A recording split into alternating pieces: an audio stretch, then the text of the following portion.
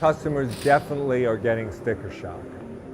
The cost of vehicle repair is rising, and there are several factors causing this.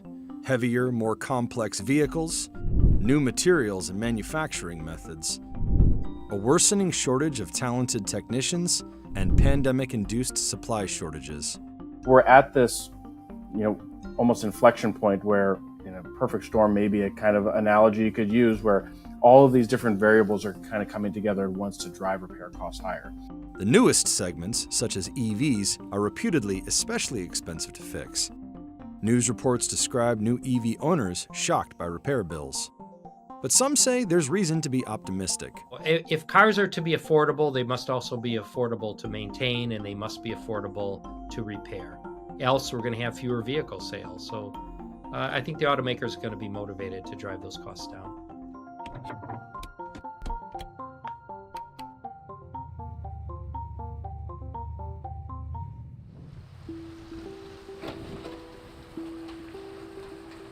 We have, 4 technicians and 2 trainees right now. David Goldsmith has been in the car repair business for more than 40 years. He owns Urban Classics, a shop in Brooklyn. He says he's seen repair costs rise, especially over the last few years. Customers are, struggling, to pay the invoices that we give them. I mean, I've had to cut back on our profitability is not up. His impressions match data. Repair costs are rising relative to the overall rate of inflation. From November 2013 to November 2023, motor vehicle maintenance and repair increased 4.1% per year, an overall change of 49.8%. Meanwhile, all items in the Consumer Price Index increased 2.8% per year, or 31.7% overall. The increase has been especially sharp since the pandemic. Ryan Mandel is Director of Claims Performance for Mitchell, a software provider serving the automotive industry, primarily the collision repair and auto insurance sectors. He says the annual rate of increase in the cost of repair was between 3.5% and 5% prior to the pandemic, but since then, it shot up. In 2022, the number jumped to about 10%, which appears to have held steady since then. For the full calendar year 2023, the average repairable estimate was $4,721. Mandel says that number will continue to increase as the data matures over the next 3 to 4 months. I'm working harder than I've ever worked, and the margins, because all my expenses are so high. Labor costs me more, insurance costs me more, health insurance, all the professional services that we get, everything costs more. An important distinction to make here: maintenance versus repair. Maintenance usually involves checking, replacing, or replenishing something expected to wear down or deplete over time. Your tires, wiper blades, oil, transmission fluid. Repair is fixing something that is broken. That can be due to a product defect, a clumsy hand, or, what is often the case, a crash. Matt Moore is a researcher for the Highway Loss Data Institute, a division of the Insurance Institute for Highway Safety. It's an organization funded by the insurance industry to crash test vehicles and do other research around collisions and vehicle safety. Moore says several factors could be to blame. It could be that vehicles are more expensive to repair. Could be that crashes are more severe. Cars are a lot heavier than they used to be and a lot more powerful. Between 1985 and 2022, on average, vehicle weights increased by about 33%. Meanwhile, average horsepower increased by over 100%. Vehicles are heavier when they're getting into crashes, and/or they are going faster when they get into crashes. You're going to have more energy in the crash. More energy in the crash means more damage to the vehicle. More damage to the vehicle, higher repair costs. Meanwhile, in recent years, speeding and traffic crashes have increased. At the same time, the proliferation of what are collectively called active safety technology, such as automatic emergency braking, have reduced the number of low-speed accidents. A lot of these features don't work or don't work as well at higher speeds. That has led to mean shifting, where the overall dataset has become skewed toward more severe crashes simply because less severe, lower speed crashes are not happening as often. Cars are also loaded with a lot more stuff, which means a lot more can go wrong. About 17% of the registered vehicles in the US are turbocharged, a tweak that squeezes more power out of an engine. In recent years, automakers have used it to make engines smaller and more efficient. It adds a lot of extra parts, the turbocharger plus additional exhaust pipes, an additional cooling system, and so on. The number of all-wheel drive vehicles has skyrocketed. In the 1980s, about 10% of them came equipped with it. In 2022, 66% did. All of these systems increase complexity and weight on an automobile, partly to compensate for the increased weight, but also to maximize fuel efficiency, performance, or maneuverability. A lot of automakers have increasingly used lighter weight materials. Aluminum is one. It is more brittle than steel, so it cracks in a crash instead of bending and deforming. That disperses a crash's energy better, but because cracks are harder to repair than, say, a dent, aluminum panels usually need to be replaced. New manufacturing methods like megacasting or gigacasting allow automakers to dramatically reduce the number of parts on a vehicle. A part of a car that might have been made up of 50 or 60 sheet metal pieces can now be made with just 2 or 3 very large ones. But again, that means when something breaks, a much larger piece needs to be fixed or replaced. Change doesn't stop there. Automobiles have entirely new types of technology in them. Your average regular car now is basically a rolling network of computers.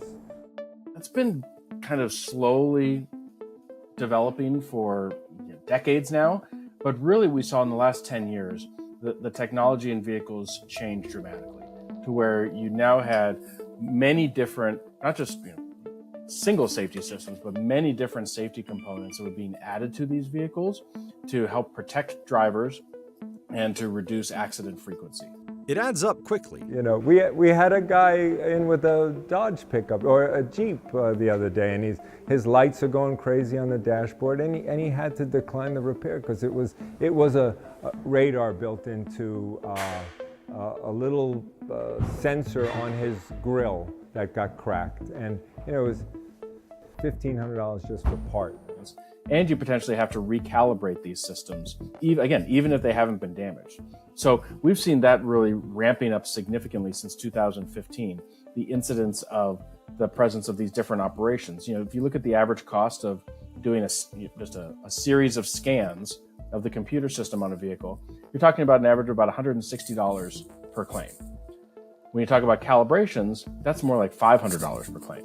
Over there in the corner there, we've got scan tools, $10,000, $12,000, $9,000, and then, the training that's involved. Of course, we've got to send our guys out for training. I have guys that come to me that have been out of the business for 5 years, and they go like, whoa, where'd this come from? Finding enough talented technicians is one of Goldsmith's biggest challenges. The COVID-19 pandemic exacerbated a long-standing shortage. In 2019, the average labor rate was under $50 an hour in the US. At the end of 2023, it was close to $60. Most of those increases came in 2022 and 2023. Well, when the pandemic hit, all hell broke loose. A lot of people, like in a lot of industries, a lot of the older guys, some gals, they just said, I'm done. I've worked, 20, 30 years in the business. The pressure's too much. The volume of miles traveled shrink drastically during the peak COVID months. You saw really the volume in repair facilities dry up. And so a lot of technicians left the industry and went to work for industries outside of collision repair, outside of the automotive industry. And to attract talent, to attract technical talent especially, shops need to pay more to be able to get that, to be the employer of choice. And that's really driven a lot of these labor rate increases, along with just the overall general economic environment. Goldsmith pays some of his techs six-figure salaries, and he is trying to train his own techs rather than try to attract those at the skill level he would ideally like to have. They deserve it, every penny of it. I wish I could pay them more, They're highly trained and hard to come by. The pandemic also drove up the cost of parts. Mitchell tracks a CPI-like basket of the most commonly replaced collision parts. In one analysis, the prices of those parts rose from 0 to 4% annually from 2017 to 2021. Disruptions at ports, especially in eastern China, spiked the cost of ocean-going cargo. The average cost of moving a 40-foot container went from $1,200 to almost $12,000. In 2022, Mitchell saw almost a 17% increase in the average cost of aftermarket parts, compared with the usual annual inflation rate of 0 to 4%.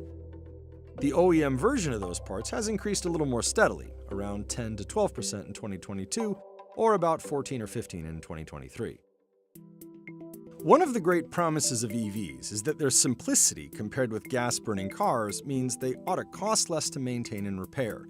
But they have come under scrutiny lately, as some owners describe being saddled with pricey repair bills, some totaling half the value of the vehicle.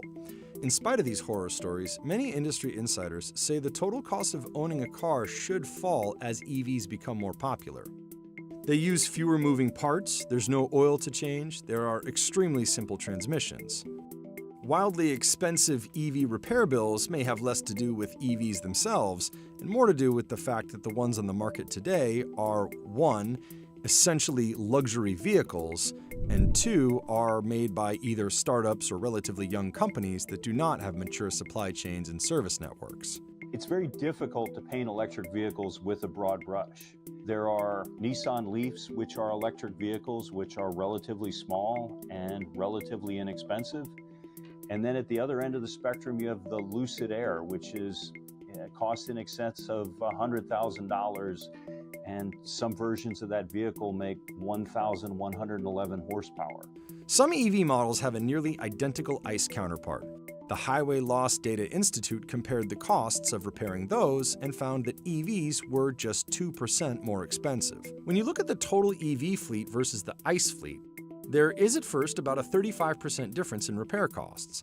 But when you drill down and compare the cost of repairing, say, a Kia Soul and Kia Soul EV, that difference almost disappears. What is left, Mandel says, is the cost of managing an EV's high-voltage battery.